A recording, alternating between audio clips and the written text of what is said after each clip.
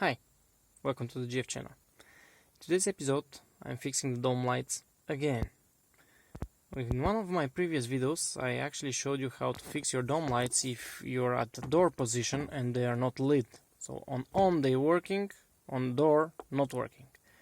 In this episode, I'm actually going to show you what to do if they on door keep working always. Doesn't matter if they are on full brightness or dimmer, they are always on whenever you're on door position. The problem is similar. The two problems are similar.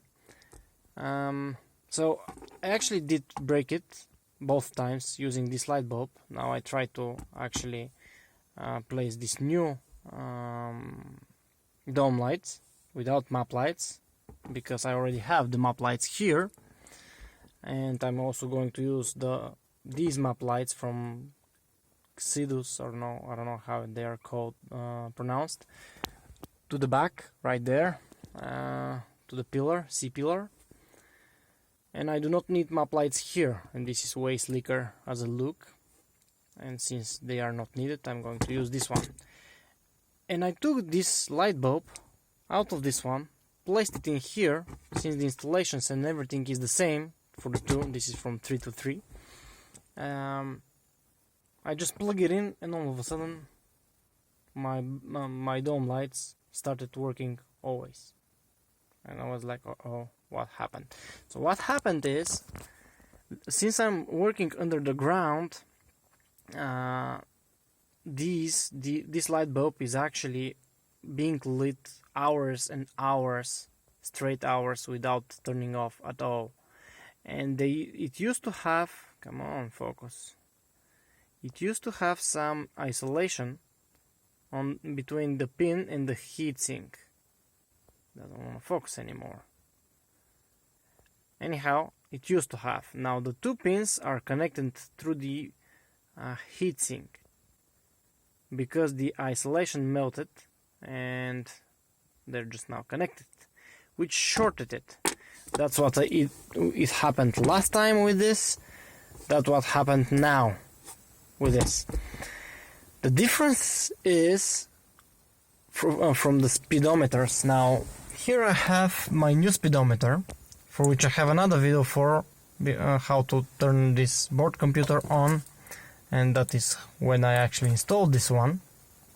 And that's the main difference, which rearranged lots of the things on the PCB.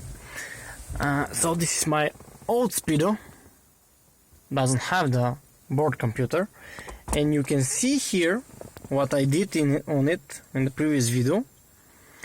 What happened is, this itty bitty tiny mo track, so this is the fourth pin from the right, the fourth pin has a itty bitty tiny mo track that got burned when I shorted it, and I just fixed it with a cable.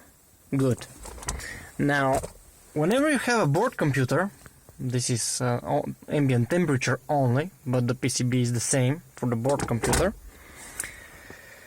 This is not the case, so I already unsoldered here. That's the transistor that I'm going to use. This is a working transistor. I do not know the specifications of the transistor. That's why I'm actually using an existing one from another speedo. But here you can see the fourth one actually has a lot thicker track, and because the track, when it's thick, it can carry a lot more current. Well, the transistor blew off. I already did remove this and checked, but that's the problem. And depending on how your transistor blows off, it could always be turned on, or some semi-state leak some current through it. So I already did unsolder that. Let me solder it back and show you how it's working. Then we figure out what to do with the fusing this, because there should be a fuse here. This happens way too easy. Way too easy. And so I have everything assembled. Now I open the door, and everything is good. Okay, now let me show you how we are going to fuse that thing so it never ever blows off again, because I don't want to change this anymore.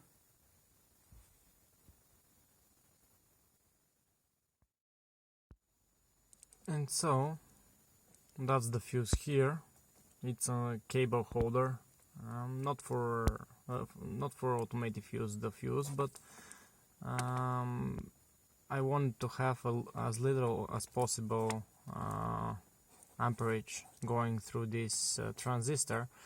I decided that 1.25 amp will be, it won't be a problem to be handled by the transistor, and that's the fuse inside of this holder. So whenever the current goes above this is going to blow.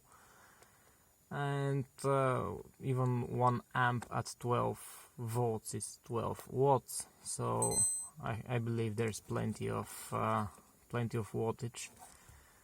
And this is how I did it. I placed new wire in here, and the old one I didn't cut anything because I like to do my stuff future proof. So this is the old one, the purple with white.